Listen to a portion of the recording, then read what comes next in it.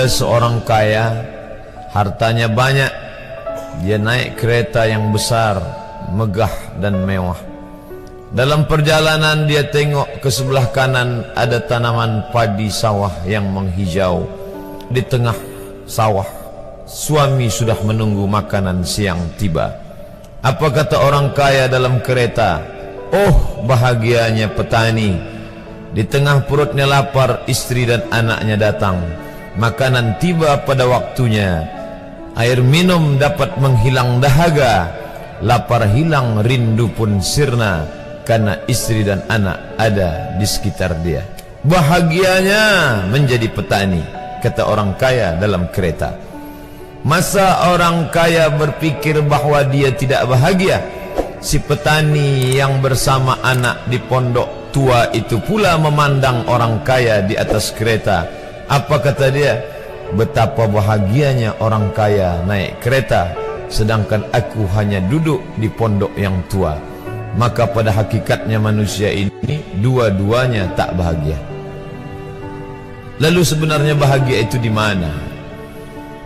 Ada seorang anak yang sedang belajar di college university. Maka dia berkata, alangkah bahagianya kalau saya dapat BA. Selepas dia dapat ijazah BA, lalu dia berkata, aku tak bahagia. Alangkah indahnya bila dapat master. Manakala dia dapat master, dia berkata, oh, betapa bahagianya kalau dapat PhD. Selepas PhD dia berkata, susahnya PhD, belum juga dapat kerja. Selepas dapat kerja dia berkata, alangkah bahagianya kalau menikah. Selepas menikah dia berkata, aku tak bahagia sebab orang selalu tanya, dah punya anak apa belum? Selepas punya anak, dia pula berpikir untuk menikah sekali lagi. Jadi sebenarnya bahagia itu punya siapa?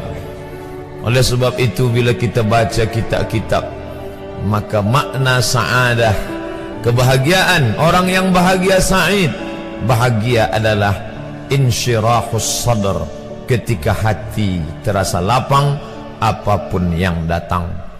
Kalaulah pelajar yang mendapatkan BA itu hatinya lapang, tentu dia bahagia. Kalaulah petani yang berada di tempat rumah tua itu hatinya lapang, tentulah dia bahagia.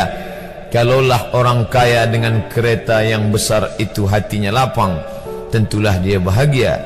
Itulah mengapa Musa alaihi salam di tengah kesusahan hatinya akan melawan ayah angkat bernama Fir'aun, dia minta hati yang lapang. Kita semua baca doa itu, Rabbi syrahli, lapangkan dadaku. Itulah mengapa kakinya pecah berdarah, giginya patah, pelipisnya pecah meneteskan darah, tapi dia tersenyum bahagia kerana hatinya lapang. Allah sudah lapangkan hatinya. Apa kata Allah untuk dia? Alam nashrah laka sadrak. Itu beza Muhammad dengan Musa.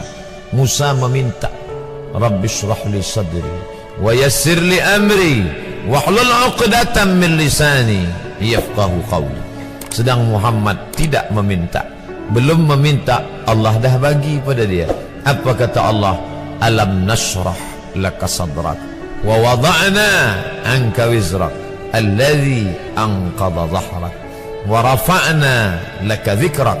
Bila kau dalam keadaan susah, dua kali Allah ulang, fa inna ma'al usri yusra, inna ma'al usri yusra. Hati lapang itulah yang membuat Haji Abdul Malik Karim Amrullah Buya Hamka tersenyum di dalam penjara. Penanya berjalan perlahan tapi pasti, maka keluarlah tafsir Al-Azhar. Hati yang lapang itu juga membuat Said Qutb tersenyum menghadapi tiang gantungan. Walaupun dipenjara oleh Gamal Abdul Nasir, tapi sebelum kematiannya sempat pula menulis tafsir Fi Zilalil Quran, di bawah naungan bayang-bayang Al-Quran. Apa kata Said Qutb dalam muqaddimahnya? Al-hayatu fi zilalil Quran ni'mah. Hidup di bawah naungan bayang-bayang Al-Quran itu nikmat. La ya'rifuha illa man dzaqaha. Tidak ada yang boleh mengetahuinya kecuali orang yang pernah merasakannya. Maka bahagia adalah ketika hati terasa lapang.